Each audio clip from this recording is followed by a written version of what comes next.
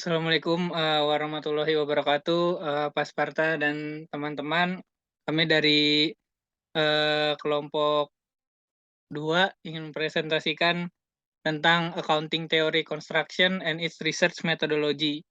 Perkenalkan, nama saya Novalesa Sardipanegara dengan NIM 2020 1211 dan 048. Ada saya Nur Aziza, NIM 2020 12 11 053. Dan saya Vini Manik, NIM 2020 12 11 064.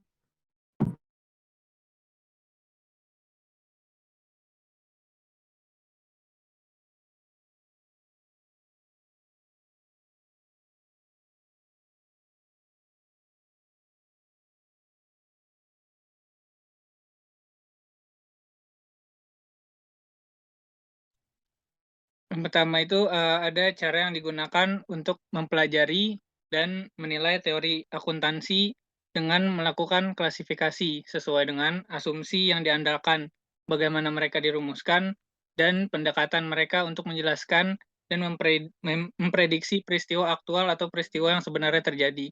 Beberapa klasifikasi yang digunakan adalah pendekatan pragmatis, sintaksis, semantik, normatif, positif, dan naturalistik.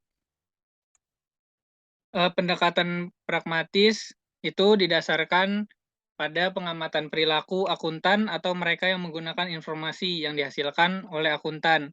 Pendekatan sintaksis bergantung pada argumen logis, berdasarkan seperangkat premis, dan pendekatan semantik menyangkut bagaimana teori sesuai dengan peristiwa dunia nyata. Sedangkan teori normatif bergantung pada pendekatan semantik dan sintaksis tadi, dan yang terakhir itu adalah pendekatan positif menguji bahwa hipotesis terhadap kejadian aktual atau sebenarnya, dan pendekatan naturalistik mempertimbangkan kasus individu dan tidak mencoba untuk menggeneralisasi.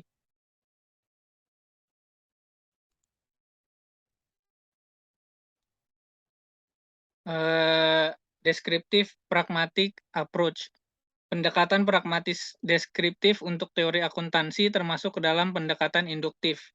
Maka teori dapat dikembangkan dari pengamatan tentang bagaimana akuntan bertindak dalam situasi tertentu. Dan teori dapat diuji dengan cara mengamati apakah para akuntan pada kenyataannya bertindak sesuai dengan yang ada dalam teori. Pendekatan pragmatis deskriptif mungkin merupakan metode konstruksi teori akuntansi tertua dan paling universal yang digunakan. Sampai baru-baru ini, itu adalah cara yang paling populer untuk mempelajari keterampilan akuntansi akuntan masa depan.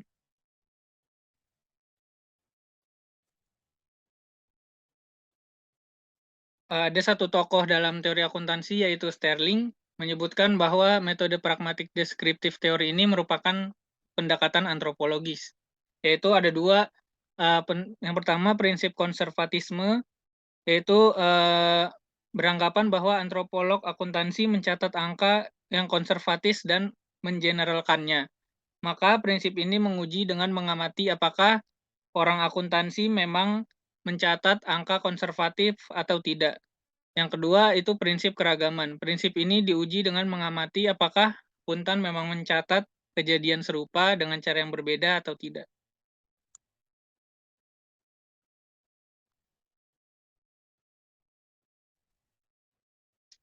Namun ada beberapa kritik pendekatan konstruksi teori akuntansi, yaitu pendekatan pragmatis deskriptif tidak mencakup penilaian analitis atas kualitas tindakan akuntan. Tidak ada penilaian apakah akuntan melaporkan dengan cara yang seharusnya. Yang kedua, pendekatan ini tidak menyediakan teknik akuntansi untuk ditantang. Oleh karena itu tidak memungkinkan untuk perubahan. Sebagai contoh, para peneliti mengamati metode dan teknik akuntan dan mengajarkan metode teknik tersebut kepada siswa. Tapi siswa-siswa itu akan menjadi angkutan praktik yang akan kita amati di masa depan untuk mempelajari apa yang harus diajarkan dan seterusnya. Yang ketiga, pendekatan pragmatis deskriptif memusatkan perhatian pada perilaku akuntan, bukan pada pengukuran atribut perusahaan seperti aset, kewajiban, dan laba. Dalam mengambil pendekatan pragmatis deskriptif, kami tidak memperhatikan semantik fenomena akuntansi.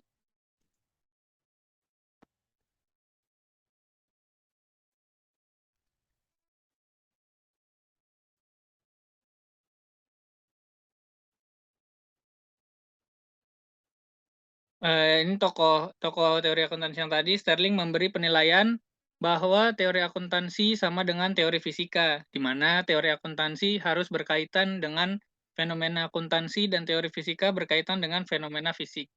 Pendekatan pragmatis seperti itu tidak tepat untuk konstruksi teori akuntansi. Kesimpulannya, tentu saja dalam kaitannya dengan teori normatif tentang bagaimana akuntansi harus dilakukan daripada teori pragmatis yang menggambarkan praktik dunia nyata.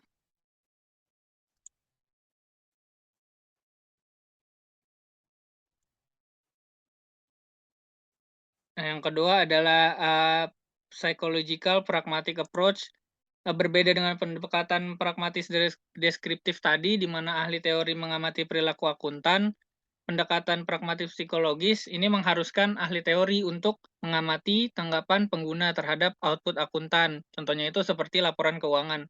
Reaksi oleh pengguna diambil sebagai bukti bahwa laporan keuangan bermanfaat dan mengandung informasi yang relevan.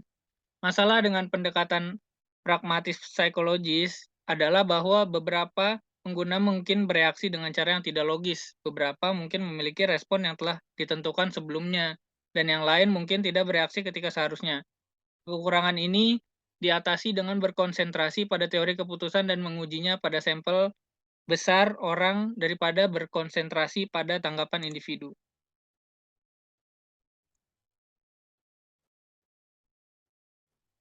Next.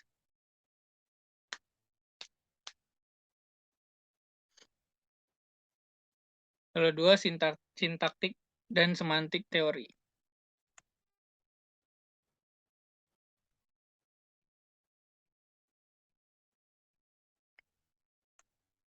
Teori sintaktik.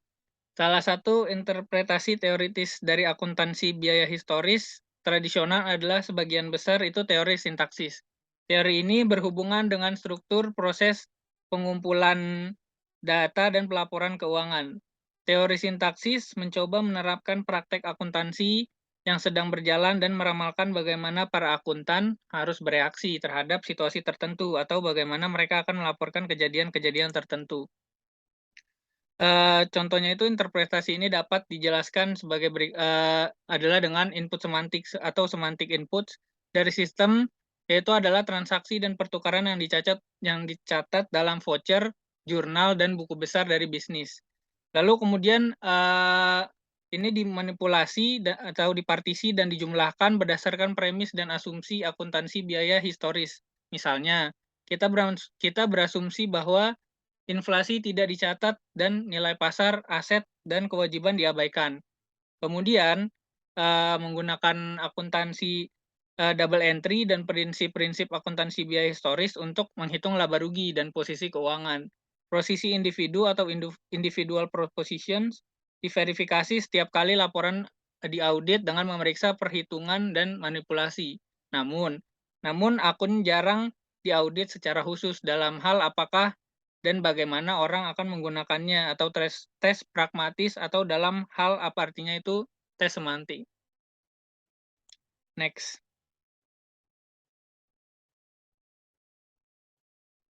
Teori semantik. Teori semantis berkonsentrasi pada hubungan antara objek atau kejadian dan istilah atau simbol. Teori-teori yang berhubungan dengan interpretasi semantik diperlukan untuk memberikan pengertian dalil-dalil akuntansi yang bertujuan meyakinkan bahwa penafsiran konsep oleh para akuntan sama dengan penafsiran para pemakai laporan keuangan. Misalnya itu, laba akuntansi merupakan konsep buatan yang mencerminkan kelebihan pendapatan atas beban sesudah menerapkan aturan tertentu untuk mengukur pendapatan dan beban. Konsep-konsep umum sering tidak dapat diinterpretasikan dan diberi pengertian yang berbeda oleh para peneliti yang berbeda. Yaitu misalnya contohnya lagi itu adalah nilai tidak memiliki interpretasi khusus. Dengan cara ini, teori biaya historis telah dikonfirmasi berkali-kali. Jika kita mengasumsikan program penelitian Lakatosian prinsip-prinsip akuntansi biaya historis membentuk heuristik negatif dan dalam sudut pandang Kuhnian paradigma dominan. Next.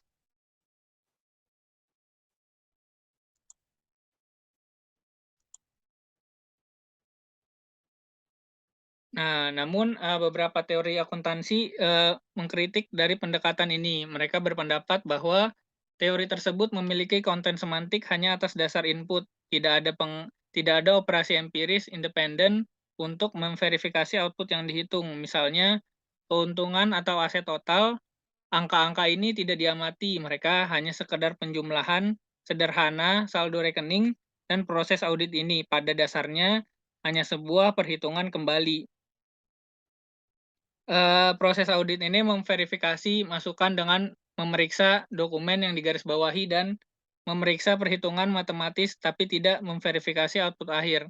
Nah, hal itu berarti bahwa laporan akuntansi itu disusun dengan menggunakan sintaks yang sempurna atau sintaksis tadi mereka mungkin memiliki sedikit atau sebuah nilai dalam pelaksanaan. Akuntansi biaya historis juga telah dikritik atas dasar elemen sintaksisnya. Misalnya, sehubungan dengan praktik menjumlahkan beberapa jumlah uang yang berbeda, ditugaskan untuk aset tertentu. Jumlah dua bobot tidak berarti apa-apa kecuali jika diukur dengan aturan yang sama. Lalu, bagaimana dengan prosedur penambahan jumlah kas yang dimiliki oleh suatu perusahaan hari ini dengan jumlah uang tunai yang dibayarkan 20 tahun yang lalu untuk sebidang tanah hak milik perusahaan yang masih dipegang hari ini itu jelas berbeda. Lalu, saya mengambil contoh lagi, satu tokoh teori akuntansi yaitu Sterling mengambil poin ini lebih jauh dengan menyatakan bahwa masalahnya terletak pada cara akuntan telah mendefinisikan penentuan biaya dan laba sebagai pilihan di antara konvensi yang pada gilirannya didefinisikan sehingga besaran sekarang tergantung pada besaran masa depan. Misalnya, penyusutan tergantung pada alokasi yang pada gilirannya tergantung pada penjualan masa depan atau nilai pelepasan dan masa manfaat aset yang diharapkan. Hal yang sama berlaku untuk keuntungan. Secara logika, keuntungan sebenarnya tidak dapat ditentukan sampai perusahaan telah dilikuidasi. Teori berdasarkan konvensi biaya historis menyebabkan hipotesis yang sangat hati-hati. Oleh karena itu, hipotesis tidak dapat diuji dan sesuai dengan pendekatan falsifikasionis atau di mana hipotesis tidak informatif dan tidak menambah kemajuan ilmiah jika tidak diucapkan atau diusulkan sehingga dapat dipalsukan. Mereka tidak berguna untuk keuangan. Pengambilan keputusan kecuali untuk memverifikasi entry akuntansi. Oleh karena itu, mereka tidak informatif dan tidak menambah pengetahuan atau kemajuan dalam akuntansi. Kritik atas biaya historis di atas pada dasarnya adalah kritik tentang pengukuran nilai saat ini dan merupakan cikal bakal pergerakan standar pelaporan keuangan internasional atau yang kita kenal sebagai IFRS saat ini menuju akuntansi nilai wajar. Nah, untuk mempertahankan sistem biaya historis, akuntan berpendapat bahwa tidak ada persyaratan bahwa output akuntansi harus memiliki konten semantik atau sesuai dengan peristiwa, transaksi, atau nilai dunia nyata saat ini, atau tunduk pada pemalsuan. Mereka kontra dengan menggunakan argumen bahwa peran akuntansi adalah mengalokasikan biaya historis penggunaan sumber daya terhadap pendapatan konsep yang cocok untuk menentukan surplus yang diperoleh dari kegiatan ekonomi. Dalam hal ini, aset, kewajiban, dan ekuitas adalah residu dari proses ini. Mereka tidak dimaksudkan untuk mengukur atau mengatakan apapun tentang nilai entitas atau tentang keuangan entitas lainnya. Jika kita mengadopsi alokasi ini pendekatan, definisi penyusutan kemudian sesuai dengan konsep pencocokan. Meskipun mungkin sintaksis, asumsi alokasi biaya ini dapat bertentangan dengan teori normatif tentang bagaimana kita harus memperhitungkan untuk memberikan informasi yang berguna untuk pengambilan keputusan. Asumsi bahwa akuntansi harus menjadi sistem pengukuran memberikan informasi yang berguna untuk pengambilan keputusan adalah premis normatif yang diasumsikan oleh sekelompok besar ahli teori akuntansi dan regulator. Kritik bahwa ada banyak sistem alokasi biaya historis yang berbeda dan dapat diterima dapat dijelaskan dalam kerangka akuntansi positif yang membuat asumsi bahwa informasi akuntansi adalah barang ekonomi tunduk pada kekuatan permintaan dan penawaran atau supply and demand. Di bawah pendekatan positif untuk pengembangan teori akuntansi, keragaman teknik akuntansi ada karena keragaman diperlukan. Ini karena teknik akuntansi yang berbeda, yang diperlukan untuk menjelaskan situasi bisnis yang berbeda. Contohnya, di mana perusahaan diatur oleh lembaga yang memungkinkan mereka untuk membebankan harga hanya atas dasar pemulihan biaya. Biaya historis dapat berguna untuk menetapkan harga akuntansi manajemen untuk menginformasikan kepada pengguna luar laporan keuangan tentang kemungkinan keuntungan masa depan perusahaan, dan juga sebagai sarana untuk mempengaruhi badan pengatur harga mengenai kesesuaian formula penetapan harga mereka. Dan terakhir adalah alokasi biaya yang digunakan untuk penetapan harga mungkin melibatkan pengakuan biaya yang dipercepat, seperti depresiasi saldo yang semakin berkurang selama periode waktu yang singkat. Karena ini memberikan biaya yang tinggi dan menyebabkan harga tinggi yang ditetapkan untuk produk perusahaan. Namun, alokasi biaya yang lebih lambat mungkin lebih mencerminkan kepada pengguna luar kemungkinan hidup dan nilai dari aset. Teori keagenan menunjukkan bahwa akuntansi teknik yang diperlukan untuk meminimalkan biaya kontrak akan sering berbeda dari situasi ke situasi. Selain itu, biaya politik dan peraturan yang berbeda mempengaruhi setiap perusahaan karena perusahaan berusaha untuk meminimalkan semua biaya, mereka akan memilih teknik akuntansi yang berbeda dan karena alokasi biaya historis memungkinkan sejumlah besar teknik alokasi, maka perusahaan dapat dengan mudah memilih teknik yang paling efisien.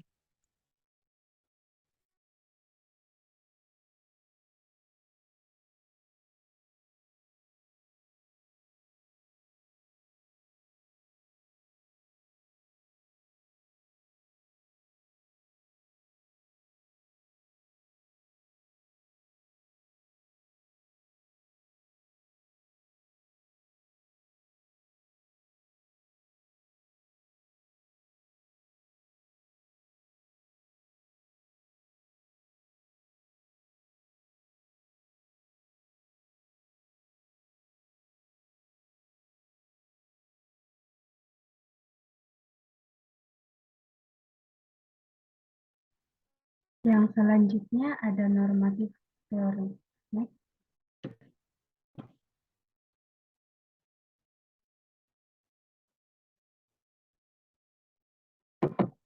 Tahun 1950-an dan 1960-an melihat apa yang digambarkan sebagai zaman keemasan normatif riset akuntansi. Selama periode ini, peneliti akuntansi menjadi lebih berkaitan dengan rekomendasi kebijakan dan dengan apa yang harus dilakukan, daripada dengan menganalisis dan menjelaskan praktik yang diterima saat ini. Ahli teori pendapatan sejati berkonsentrasi pada penurunan ukuran tunggal untuk aset dan angka keuntungan yang unik. Namun, tidak ada kesepakatan tentang apa merupakan ukuran nilai dan keuntungan yang benar. Banyak literatur selama periode ini terdiri dari debat akademis tentang kelebihan dan kekurangan alternatif sistem pengukuran. Pendekatan kegunaan keputusan mengasumsikan bahwa tujuan dasar dari akuntansi adalah untuk membantu proses pengambilan keputusan dari pengguna laporan akuntansi tertentu dengan menyediakan data akuntansi yang berguna atau relevan.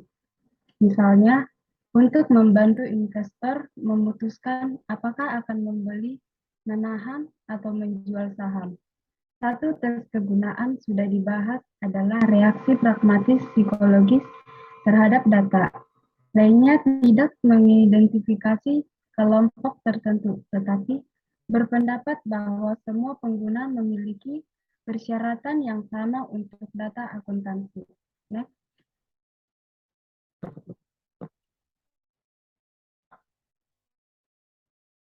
Teori kegunaan keputusan akuntansi didasarkan pada teori klasik konsep ekonomi tentang keuangan dan kekayaan atau pengambilan keputusan yang rasional. Mereka biasanya membuat penyesuaian terhadap ukuran biaya historis untuk memperhitungkan inflasi atau pasar nilai aset. Pada dasarnya, teori pengukuran akuntansi normatif karena mereka membuat asumsi sebagai berikut. Yang pertama, ada akuntansi harus menjadi sistem pengukuran. Yang kedua, keuntungan dan nilai dapat diukur dengan tepat. Yang ketiga, akuntansi keuangan berguna untuk membuat keputusan ekonomi. Yang keempat, pasar tidak efisien atau dapat dikelabui oleh akuntan kreatif. Yang kelima, akuntansi konvensional tidak efisien dalam arti informasi. Yang keenam, ada satu ukuran keuntungan yang unik. Asumsi ini jarang mengalami pengujian empiris. Pendukung mereka biasanya menggambarkan sistem akuntansi turunan mereka sebagai ideal. Mereka merekomendasikannya untuk menggantikan biaya historis dan menentukan penggunaannya oleh semua orang. Next.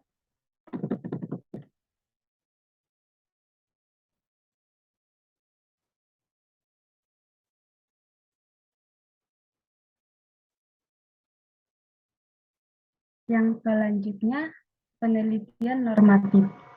Penelitian normatif melabeli pendekatan mereka terhadap perumusan teori ilmiah dan secara umum mendasarkan teori mereka pada analitik atau sintaksis dan empiris atau induktif proposisi. Secara konseptual, teori normatif tahun 1950-an dan 1960-an dimulai dengan pernyataan domain atau ruang lingkup dan tujuan akuntansi. Asumsi yang mendasari sistem dan definisi dari semua konsep kunci. Domain akuntansi adalah umum. Itu terkait dengan seluruh laporan laba rugi dan neraca. Bukan hanya spesifik item akuntansi sebagai akuntansi piutang ragu-ragu saja. Juga itu terkait dengan semua pengguna laporan keuangan dan tidak terbatas pada pengguna atau kelompok pengguna tertentu. Next.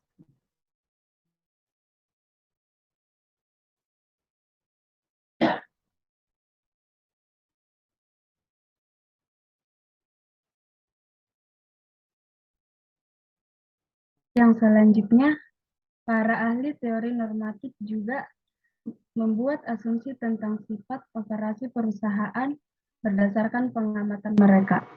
Prinsip dan aturan akuntansi yang terperinci dan tepat, serta penjelasan logis dari output akuntansi diuraikan. Kerangka kerja deduktif harus ketat dan konsisten dalam konsep analitiknya. Laporan keuangan harus berarti apa yang mereka katakan. Mereka harus memiliki koneksi semantik dengan dunia nyata. Meskipun laporan keuangan adalah abstraksi dan pengukuran ekonomi perusahaan, urusan karena mereka merangkum stok dan pergerakan sumber daya ekonomi, mereka harus pragmatis hanya sejauh mereka adalah pengganti untuk pelanggan langsung. Sebuah pertanyaan penting dalam penelitian akuntansi ini menyangkut kegunaan data akuntansi.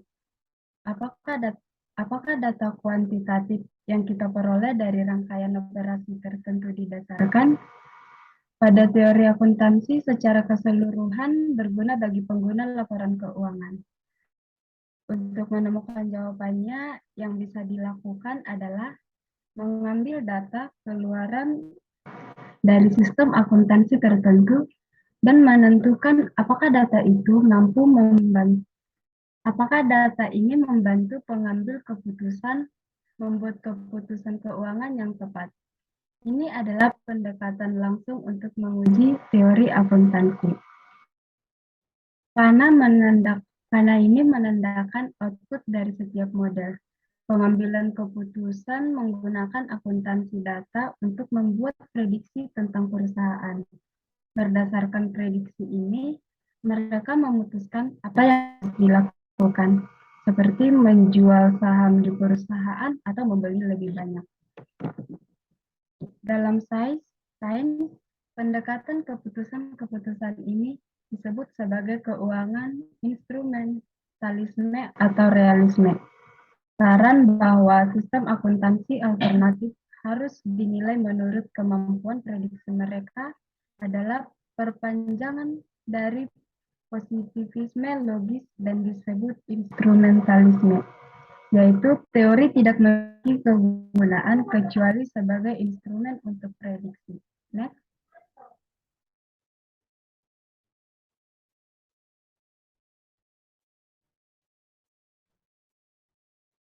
Menurut Friedman, teori tidak dapat diuji dengan realismenya asumsi.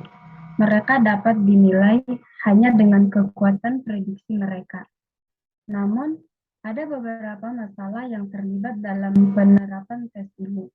Yang pertama, jika prediksi diverifikasi, itu diverifikasi model prediksi pengguna, bukan sistem akuntansi. Tentu saja ada yang lain variabel selain data akuntansi yang mempengaruhi prediksi keuangan. Kami tidak tahu tepatnya bagaimana data akuntansi digunakan. Yang kedua, jika keputusan itu ternyata benar, itu memverifikasi model keputusan, bukan sistem akuntansi. Oleh karena itu, sulit untuk menafsirkan validitas model akuntansi hanya berdasarkan pengambilan keputusan. Di sisi lain, realisme menekankan peran penjelas sains. Pada dasarnya, prediksi terbalik. Sudut pandang metodologis ini menekankan peran umpan balik dari akuntansi. Pendekatan realisme untuk akuntansi berarti bahwa untuk teori akuntansi agar valid itu harus lebih dari sekadar instrumen untuk peramalan. Itu juga harus berlaku sebagai deskripsi tentang realitas yang mendasari fenomena akuntansi. Akuntansi di bawah pendekatan ini memperoleh kemampuan prediktif hanya karena memberikan umpan balik yang relevan atau penjelasan deskriptif tentang apa yang telah terjadi. Kita juga bisa mempertanyakan logikanya, validitas pengguna prediksi atau peramalan sebagai uji ilmiah untuk teori akuntansi di lingkungan yang dinamis di mana variabel intervensi tidak dapat dikendalikan. Ramalan dalam sains lebih valid ketika kita dapat mengontrol variabel seperti tekanan udara, panas, berat, dan seterusnya. Ketika kita tidak dapat mengontrol variabel dalam lingkungan ekonomi seperti inflasi dan suku bunga atau kepercayaan konsumen, kita harus menilai prediksi secara statistik. Menurut beberapa besar kemungkinan bukti yang mendukung prediksi tersebut adalah perwakilan. Artikel berikut adalah komentar tentang cara teori akuntansi telah berkembang, diterima, dan kemudian diimplementasikan. Next.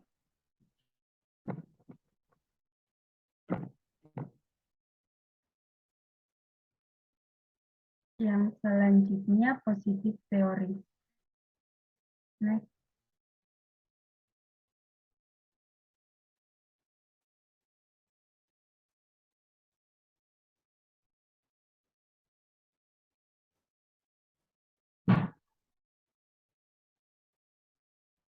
Selama tahun 1970-an, teori akuntansi melihat langkah kembali ke metodologi empiris, yang sering disebut sebagai metodologi positif.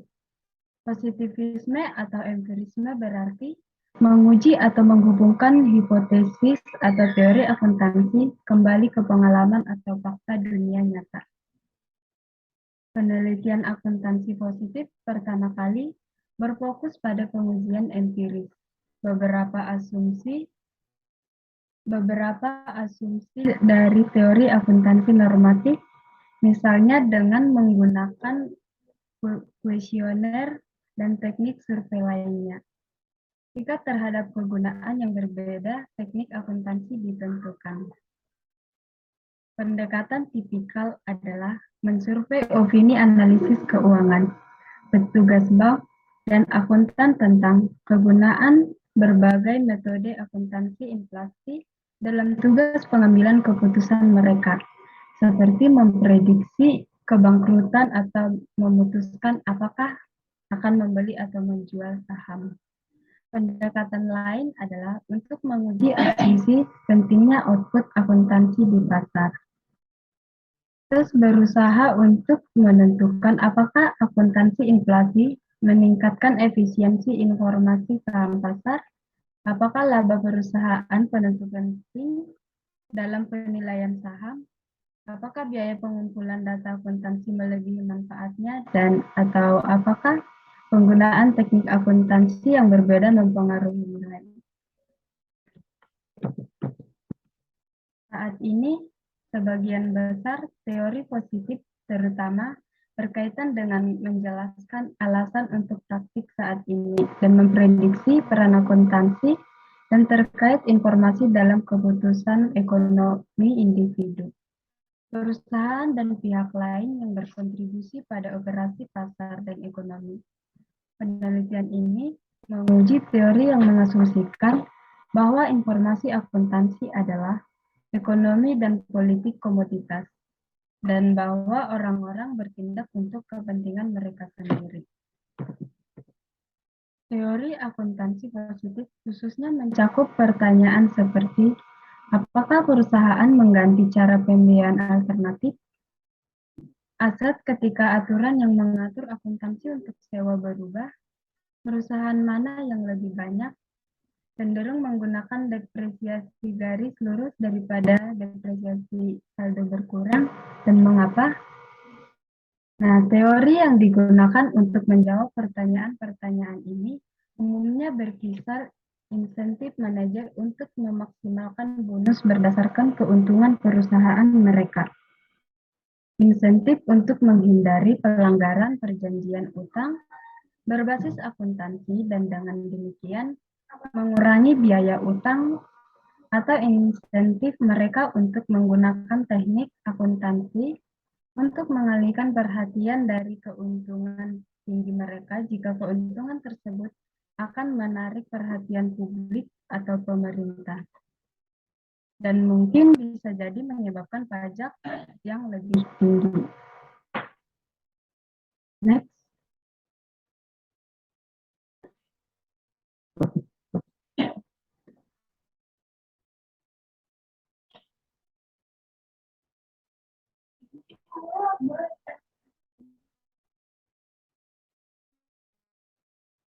Yang selanjutnya, perbedaan teori normatif dan positif.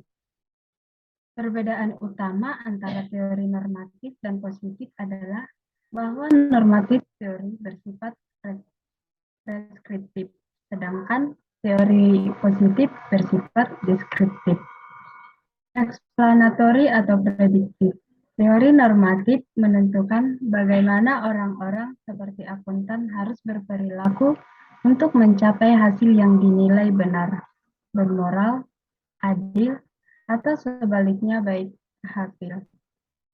Teori positif tidak menentukan bagaimana orang atau akuntan seharusnya berperilaku untuk mencapai suatu hasil yang dinilai baik. Sebaliknya, mereka menghindari membuat resep yang syarat nilai. Sebaliknya, mereka menggambarkan bagaimana orang berperilaku, atau terlepas dari apakah itu benar, mereka menjelaskan mengapa orang berperilaku dengan cara tertentu. Misalnya untuk mencapai beberapa tujuan seperti memaksimalkan nilai saham atau kekayaan pribadi mereka. Atau mereka memprediksi apa yang telah atau akan dilakukan orang.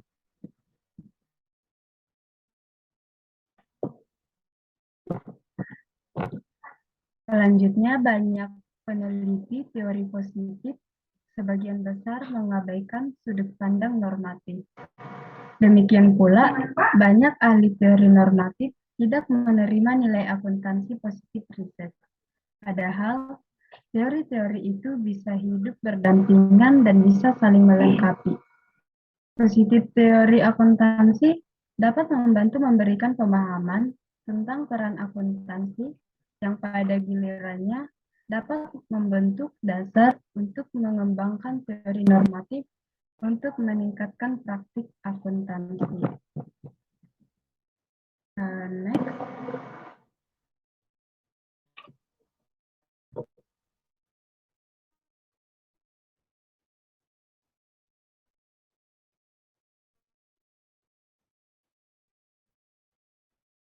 Aziza, next.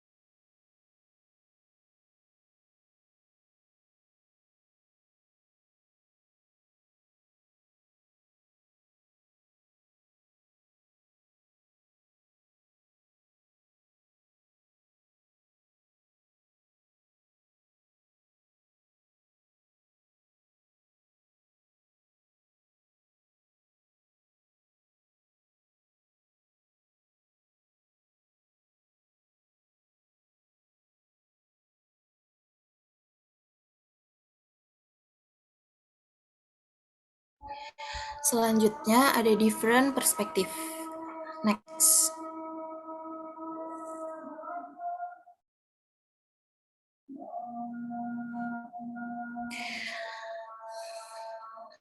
Ketika teori tidak sesuai dengan kenyataan, maka hal tersebut akan menjadi masalah penelitian dan akan diungkapkan sebagai masalah penelitian yang harus dijelaskan. Maka, teori tersebut dikembangkan untuk menghasilkan hipotesis yang dapat diuji dan akan dikuatkan ketika teori tersebut berlaku. Dan kemudian, mengikuti prosedur yang tepat dan terstruktur untuk mengumpulkan data dan menganalisisnya menggunakan pendekatan statistik yang kemudian hasil tersebut akan memvalidasi atau menyangkal hipotesis yang diuji. Pendekatan penelitian tersebut banyak digunakan oleh peneliti di bidang akuntansi. Pendekatan penelitian ini umumnya digambarkan sebagai pendekatan ilmiah, dan pendekatan yang saat ini digunakan oleh sebagian besar peneliti di bidang akuntansi, dan pendekatan yang diterbitkan di sebagian besar jurnal akuntansi akademik utama. Pendekatan ini memiliki asumsi yang melekat bahwa dunia yang diteliti adalah suatu realitas objektif yang mampu diuji dalam skala besar atau statistik rata-rata. Ini jenis penelitian yang dilakukan dengan hipotesis tambahan yang kemudian digabungkan untuk memberikan pemahaman yang lebih besar atau prediksi yang lebih baik. Akuntansi yang tersirat asumsinya adalah bahwa teori yang baik berlaku dalam keadaan yang konstan di seluruh perusahaan, industri, dan waktu. Next.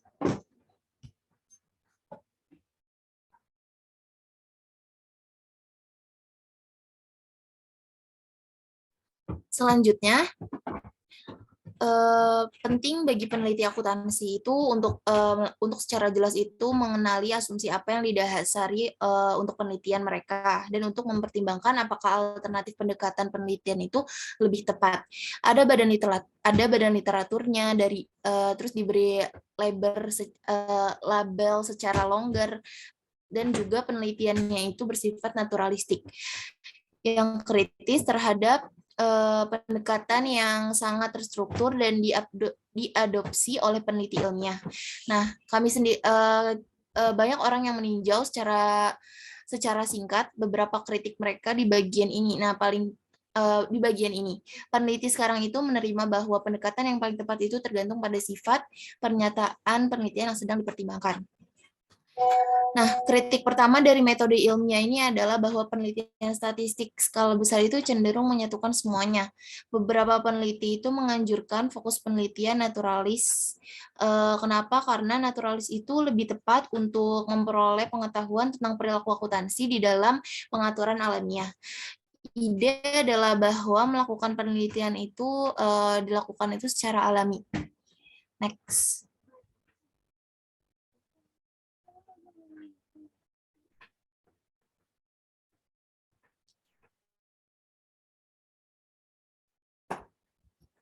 Pendekatan naturalistik memiliki dua implikasi. Yang pertama, tidak memiliki asumsi atau teori yang terbentuk sebelumnya. Nah, hal yang kedua itu fokus pada masalah spesifik perusahaan. Hal ini itu dilakukan dengan mengambil pendekatan penelitian yang fleksibel menggunakan pendekatan close pengamatan dan kurang menekankan pada analisis matematis, pemodelan statistik tes, survei, dan tes laboratorium. Cara biasa untuk melakukan penelitian naturalistik adalah dengan menggunakan studi kasus, individu, dan kerja lapangan yang lebih rinci. Jenis penelitian ini jauh lebih banyak mikro dalam perspektifnya karena ditunjukkan untuk memecahkan masalah individu yang mungkin spesifik untuk perusahaan. Oleh karena itu, hasil ini mungkin lebih sulit untuk digeneralisasi. Nah, pendekatan naturalistik itu dapat dibandingkan dengan penelitian akuntansi ilmiah yang lebih rentan untuk menggabungkan hasil dari pengujian sejumlah hipotesis dalam membentuk teori umum akuntansi. Nah, penelitian naturalistik dimulai dari yang spesifik, terutama di dunia nyata.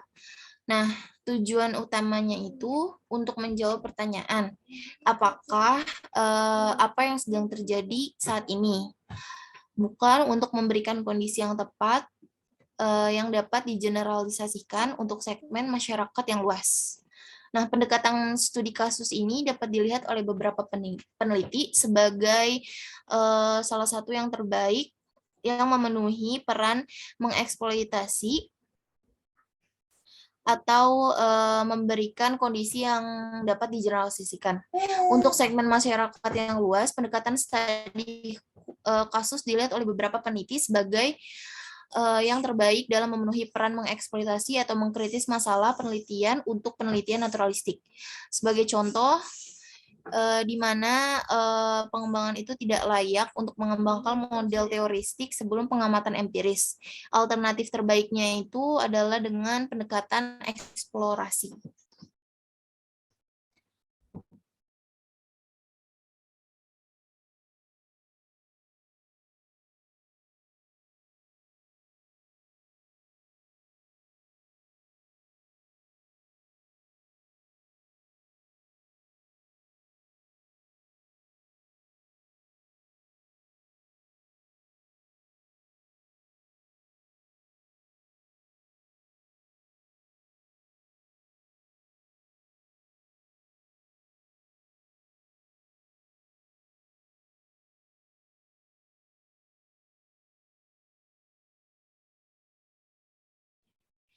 Next.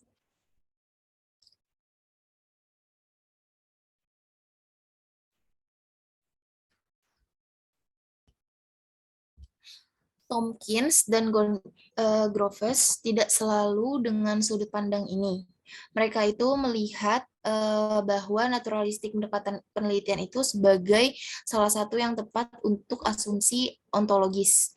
Yang beberapa perbedaan asumsi ontologis itu menyiratkan gaya dan pengaruh penelitian yang berbeda, pernyataan penelitian yang diajukan dan diselidiki. Nah, misalnya itu kita dapat melihat akuntansi sebagai konstruksi sosial. Kita mungkin ingin memahami citra diri yang dimiliki oleh seseorang, asumsi yang mendasar, apa yang menopang pandangan itu sendiri, atau peran apa yang dimainkan oleh persepsi ini. Nah, itu juga termasuk untuk bagaimana cara mengontrol mereka melakukan peran mereka sehari-hari. Nah, ini merupakan salah satu jenis pertanyaan yang mungkin diteliti untuk menggunakan ontologi subjektif. Nah, untuk lebih menjelaskan ontologi dan gaya penelitian yang berbeda, yang dapat digunakan, dikembangkan oleh beberapa peneliti. Salah satunya itu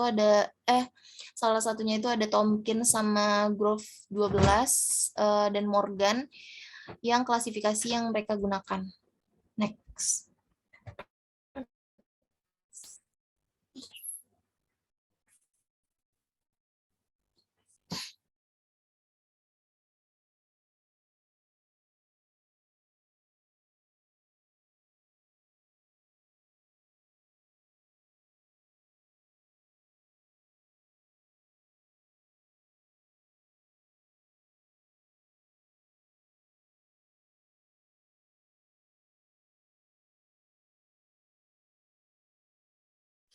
Selanjutnya, Tompkins dan Grove 12, Morgan dan Smirches klasifikasi tentang klasifikasi yang mereka gunakan.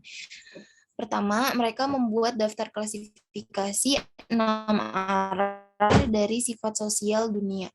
Nah, kategori 1-6 itu adalah cara alternatif dalam memandang dunia. Jadi ada beberapa kategori, ada 6 kategori. Nah, yang pertama, kategori pertama itu realitas sebagai struktur konkret.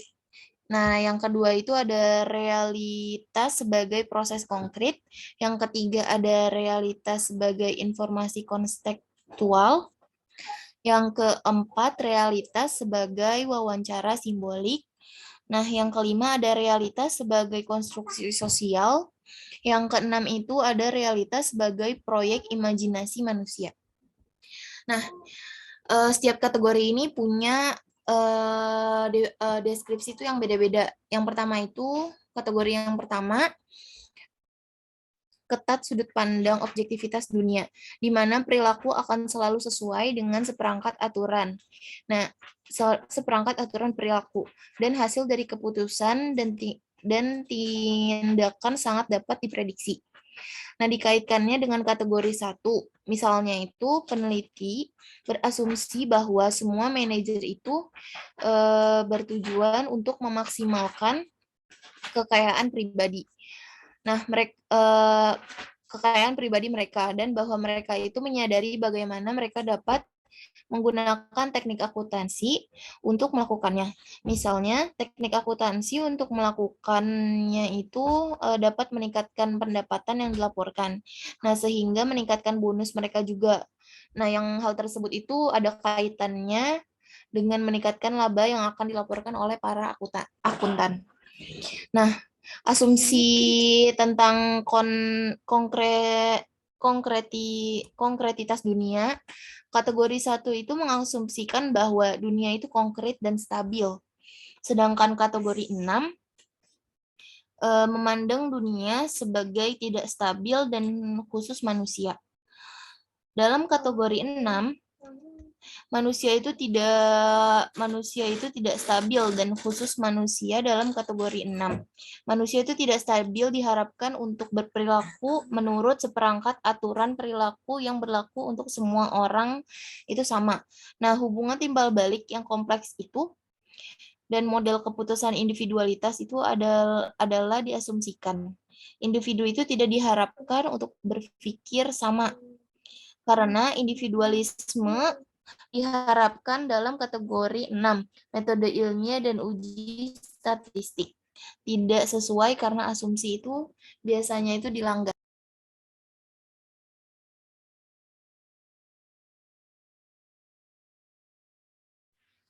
Hal ini memungkinkan peneliti untuk memprediksi metode akuntansi apa yang digunakan manajer jika pilihan akuntansi itu tidak diatur. Peneliti akan memprediksi bahwa semua manajer berperilaku dengan cara yang sama karena mereka memiliki pandangan yang sama tentang dunia dan hasil dari tindakan mereka, dan karena mereka berbagi profesi untuk hasil tertentu. Ketika peneliti melihat dunia sebagai struktur kategori 1, yaitu realitas sebagai struktur konkret, ini memungkinkan mereka untuk menggunakan pendekatan ilmiah dan metode statistik untuk diuji dan untuk menguji prediksi mereka. Pendekatan ilmiah terdapat di mana perilaku yang diselidiki diprediksi terjadi secara sistematis menurut model perilaku dan peristiwa. Meskipun individu dapat berperilaku rasional sesuai dengan pemahaman pribadi tentang dunia dan hasil dari tindakan tertentu, mereka itu tidak berbagi pemahaman yang sama tentang bagaimana dunia bekerja. Dan mereka memiliki pilihan yang berbeda, hasil dan keputusan mereka. Misalnya, beberapa manajer itu mungkin lebih memilih untuk memaksimalkan kekayaan dan juga meminimalkan upaya kerja pribadi mereka. Nah, untuk memahami keputusan tersebut itu akan melibatkan pemahaman persepsi dan persepsi individu. Next.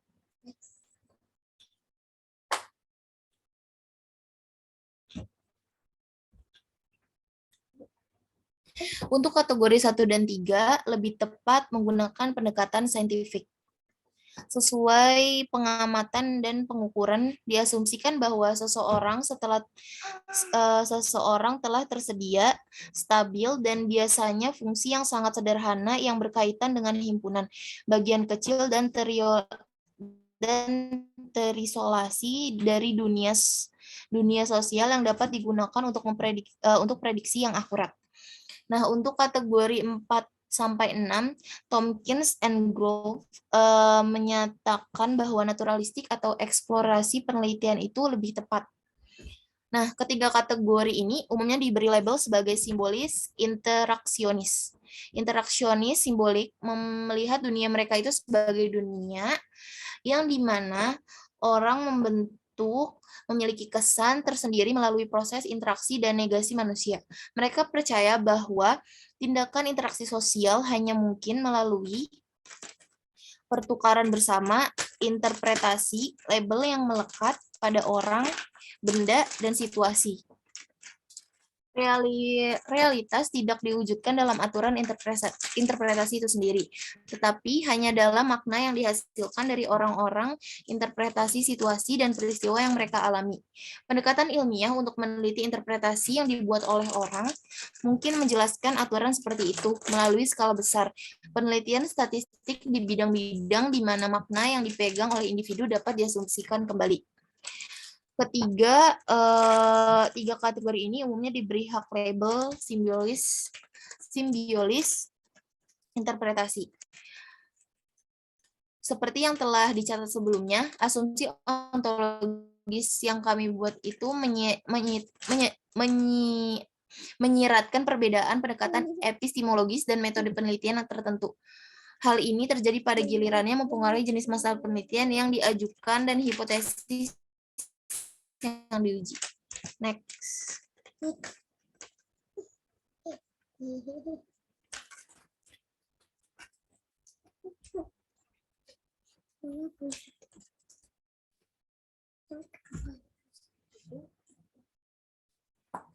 Dalam artikel berikut, sebagai ilustrasi lebih lanjut dari perspektif yang berbeda tentang akuntansi pembentukan kategori, ekstrak dari akuntansi keuangan, penelitian epistemologis, catatan memberikan gambaran umum tentang teori akuntansi, perkembangan dan pandangan penulis terhadap perkembangan teori akuntansi.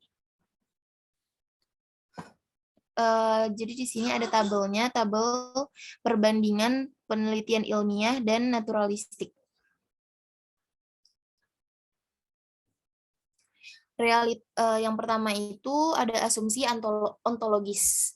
Untuk penelitian ilmiahnya itu realitas itu objektif dan konkret. Akuntansi adalah realitas objektif. Untuk penelitian naturalistik, realitas dikonstruksi secara sosial dan merupakan produk imajinasi manusia. Nah, akuntansi sendiri adalah realitas yang dikonstruksi. Untuk pendekatan epistemologis, pendekatan ilmiah itu menggunakan kemajuan pengetahuan sedikit demi sedikit. Terus bersifat reduksionisme, pengujian hipotesis individu, hukum yang mampu digeneralisasi. Untuk penelitian naturalistik dilakukan secara menyeluruh, kompleksitas dunia itu tidak mungkin diselesaikan dengan reduksionisme, dan hukum yang tidak dapat direduksi. Untuk metodologinya, terstruktur, untuk penelitian ilmiah itu terstruktur, dasar teori sebelumnya, validasi atau ekstensi empiris. Untuk penelitian naturalistik, tidak terstruktur, tidak ada teori sebelumnya. Nah, untuk metodenya, formulasi model sintaksis, induksi empiris untuk membentuk hipotesis, metode statistik tepat itu untuk penelitian ilmiahnya. Untuk penelitian naturalistik, ada studi kasusnya, eksploitasi dengan fleksitabilitas dan pengalaman acara. Next.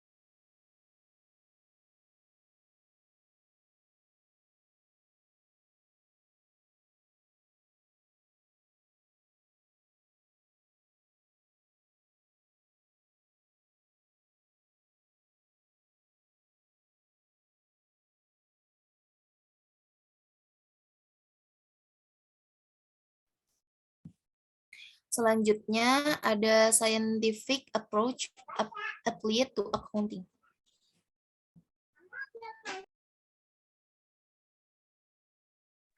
Next.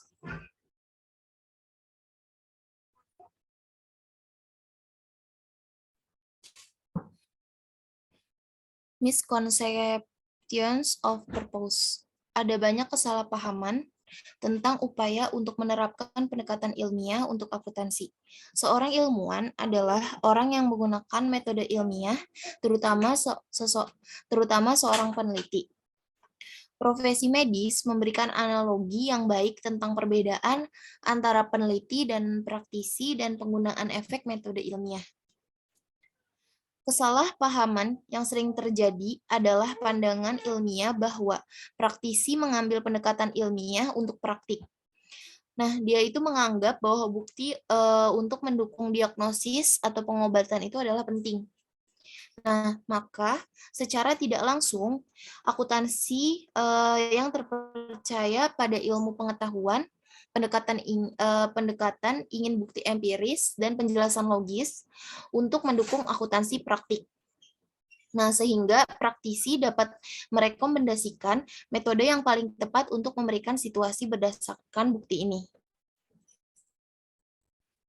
Peneliti medis adalah seorang ilmuwan, tetapi praktisi medis atau dokter itu bukan seorang ilmuwan.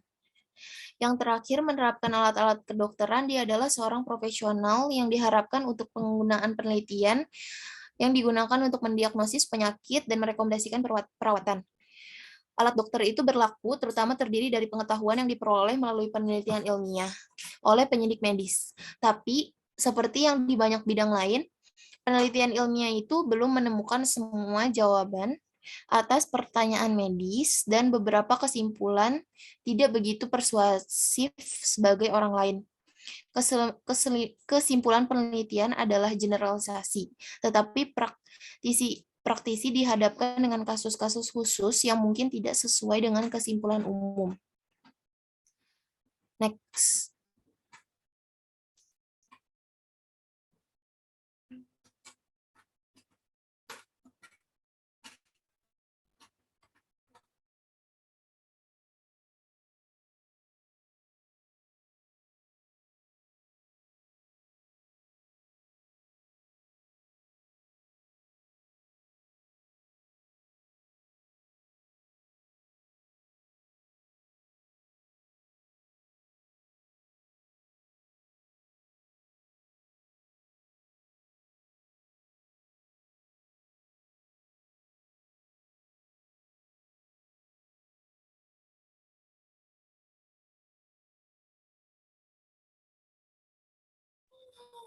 Selanjutnya, ada kesalahpahaman umum lainnya untuk penerapan pandangan ilmiah dalam akuntansi, adalah bahwa kebenaran itu mutlak, yang tertentu saja tidak memungkinkan. Karena itu, mereka menentang pendekatan ilmiah untuk perumusan teori dan berpendapat bahwa tidak ada gunanya mencari apa yang tidak mungkin.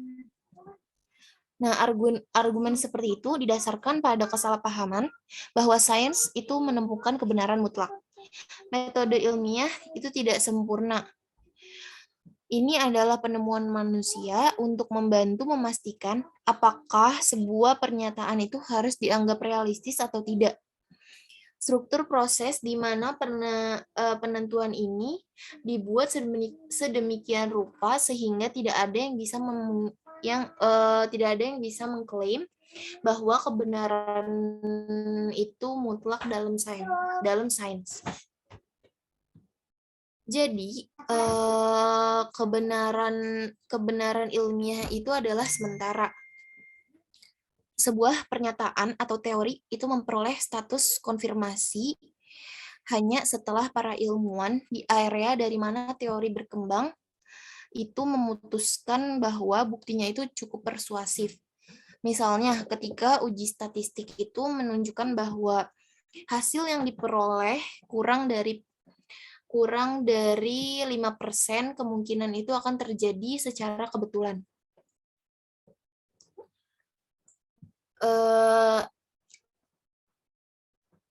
Struktur dari proses di mana penentuan ini disebut sedemikian rupa sehingga tidak ada yang bisa mengklaim kebenaran itu mutlak secara sains. Nah, sejarah sains itu mengungkapkan bahwa penggantian, penyesuaian, dan modifikasi teori dilakukan berdasarkan bukti baru.